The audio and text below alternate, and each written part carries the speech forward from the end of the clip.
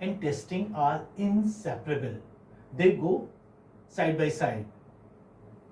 In order to find out whether teaching is effective or not, the individual class teacher needs a feedback mechanism technique to monitor the effectiveness of his teaching. कभी कभी हम बस यूं ही पढ़ाते हुए चले जाएं और हमारे स्टूडेंट्स जो हैं उनको वो ठीक से कॉम्प्रीहेंड नहीं कर रहे हैं, तो फिर टीचिंग का कोई फ़ायदा नहीं है. तो इसलिए क्या होता है, बीच बीच में हम उनसे क्वेश्चंस मालूम करते हैं जिससे कि हमें फीडबैक मिलता रहे कि या they are following the topic. Well, while on the one hand, the school as a whole requires to know how classes are progressing, on the other hand, the education system of a country needs a way of measuring the progress of the country in general. Thus, teaching and testing are very closely interlinked. There are three components of teaching and testing, and they are teacher, the one who teaches you in your college or in your university, and then you have college, university, and then the last one is country. My dear students, I don't know whether you are aware of it or not. Testing, the word testing is derived from the Latin word testum, which means testing certain metals to confirm to know if there is any element of gold in it. Whereas examination is derived from the Latin word examen, which means scale or balance. An examination aims at realizing a required standard of attainment, while a test aims to inquire in order to see whether the material taught has been learned and understood or not.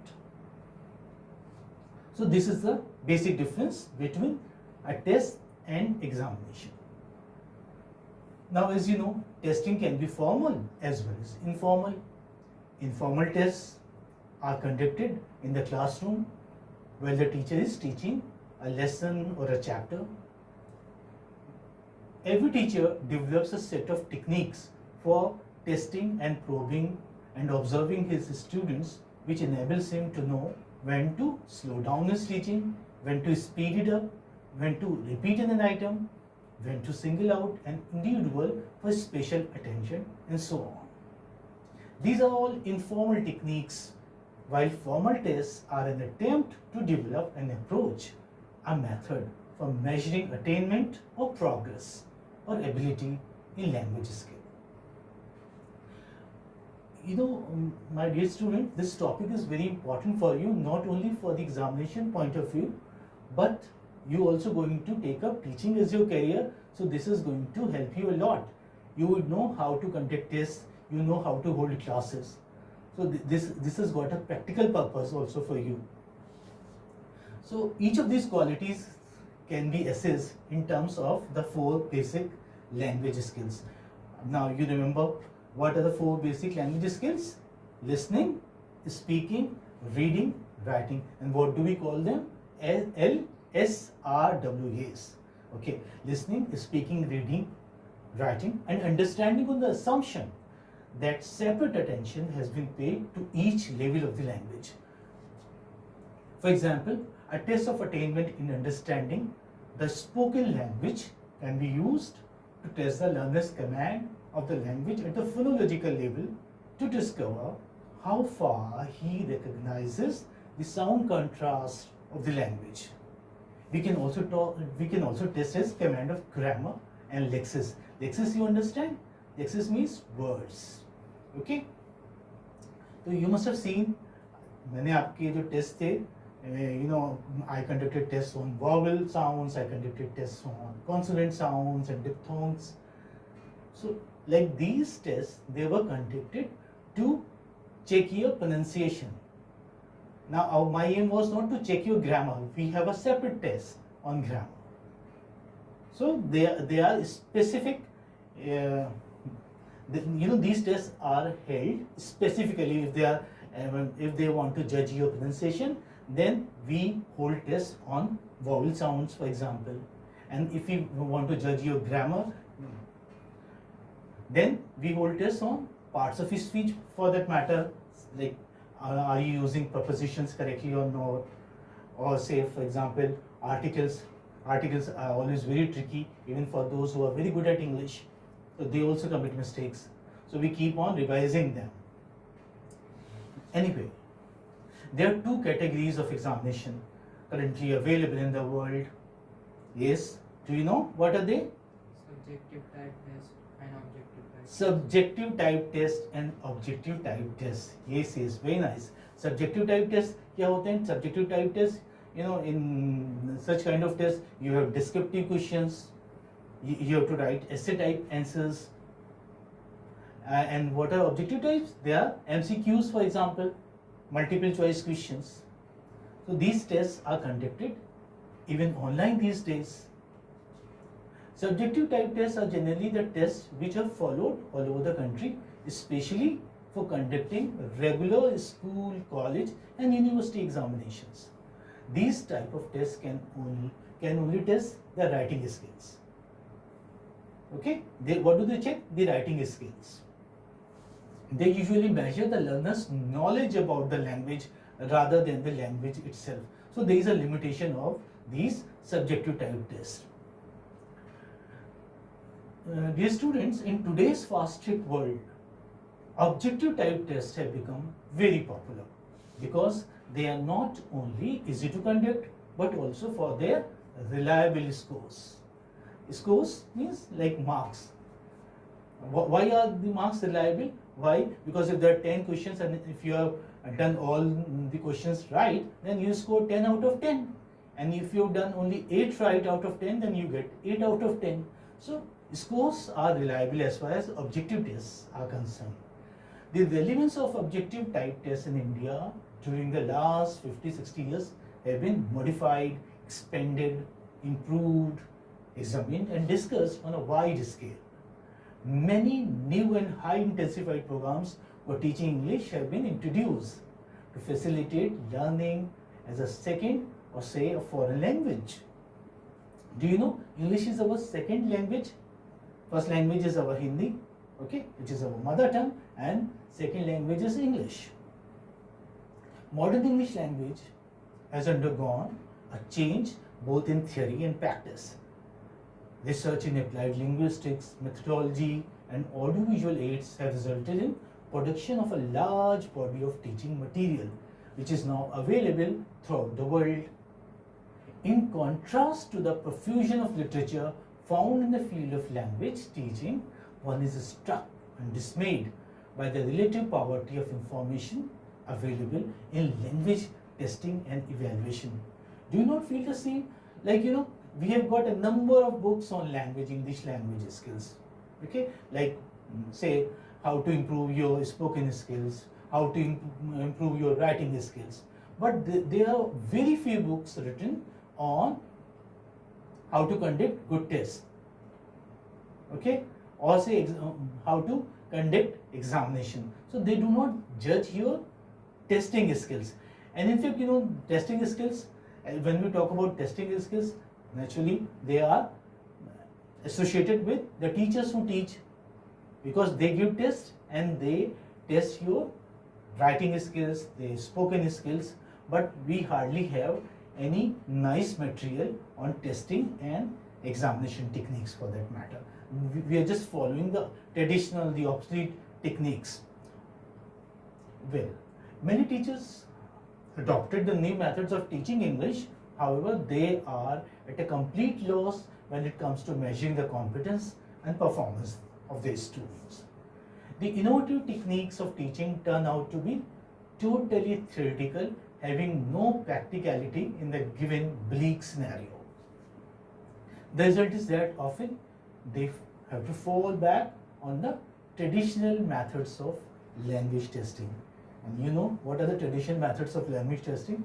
We have grammar translation method, we have say bilingual method. This we have been following for ages and we continue to follow them because they are the most comfortable, the most convenient ones to follow in our country, the kind of scenario, the kind of situation we have.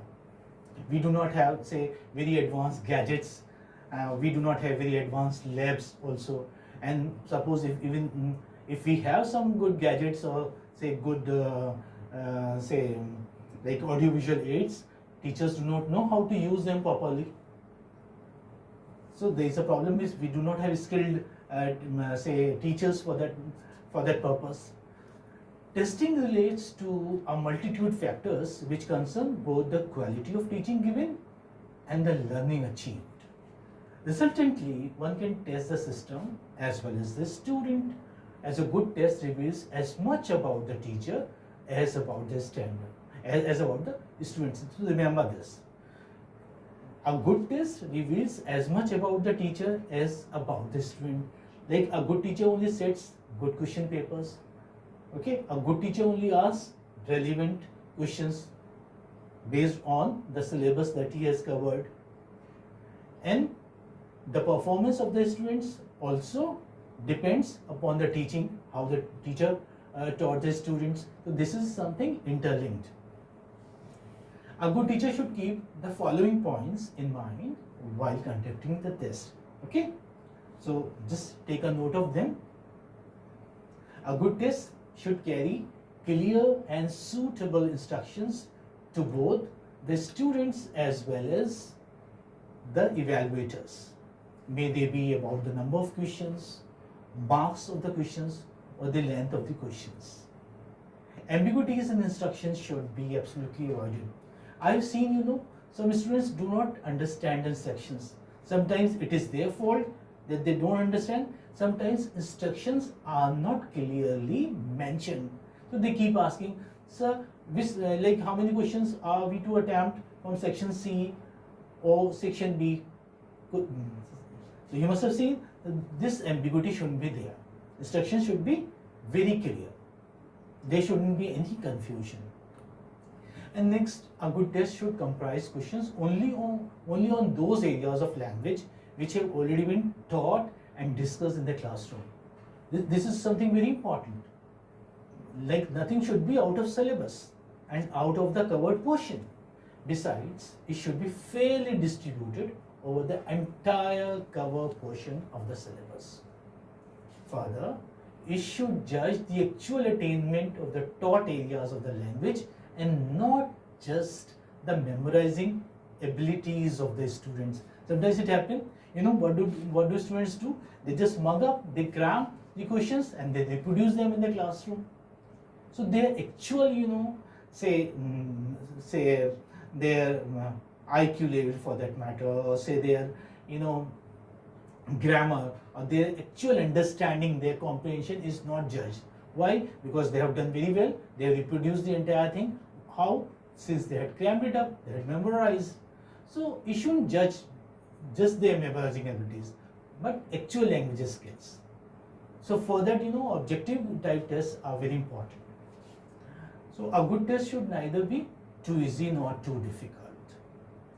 It should be a fair mixture of easy, average, and difficult questions so as to locate students with different levels of attainment. Now, dear students, we have a very heterogeneous mixture of students in our classrooms. Some are very good, extraordinary we may say, some are good, and some are even average or say below average. So we cannot ask questions which are very tough because students who are average or below average won't be able to answer. That is why question paper should be set in such a manner as to be comfortable with all levels of students. And even it will be easier for a teacher also to differentiate between the good ones and the average ones. A good test should also take care of the magnitude of the paper. Magnitude, remember the word magnitude you read in Aristotle's Poetics? He talks about magnitude of tragedy. Isn't it so? Okay. Magnitude means length. Yeah, length. So a good test should also take care of the magnitude of the paper. That is to say, it should neither be too short nor too long. If it is too short, students will solve it well before the allotted time and start whispering amongst themselves. And if it is too long, students might fail to attempt the entire paper. I have seen students saying, oh, the paper was very lengthy, we couldn't attempt all the questions, the paper was very lengthy. So this shouldn't be such. And some students leave the examination hall just in 1 hour. Why? Because the paper was very short and they were smart ones, so they completed the entire paper in 1 hour. Or if you do not allow them to move out of the examination hall, they start whispering with their friends and all. They in a way disturb the class. So the paper should neither be too long nor too short. The length and the level of the paper should be such that it could be attempted in the scheduled time limit even by the average students, and even sparing them with a little time to revise it once. Because I always tell my students that revision is very important. You should spare some time, save some time, say 10 to 15 minutes to revise your answer sheet. Because when you revise it, you find that you have committed some mistakes unknowingly. Like there can be mistakes of punctuation, grammar, for that matter. So, and sometimes you have spelling mistakes also, so you can improve those mistakes. And we may also say that a good test should be easily and fairly accessible. Although this does not pertain to students, it pertains to teachers only. So our test should be easily and fairly accessible. Means you should be able to easily assess it, evaluate it. A teacher should be able to evaluate with ease and perfection.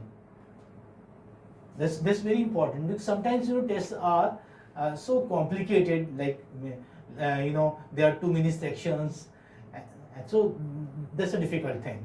So it's better that the test should be easily and fairly accessible. The teacher should easily score the marks and all. He shouldn't find any difficulty there, or he shouldn't feel bored, fatigued. Well, here I'm reminded of J.B. Heaton's quotation. This is within quote. It is unfortunate that so many examinations in the past have led to a separation of teaching and testing. Both teaching and testing are so closely interlinked and interrelated that it is virtually impossible to work in either fields without being concerned with the other. Okay, now I have tried to put J.B. Heaton's word in my language, but I think I have reproduced the actual sense.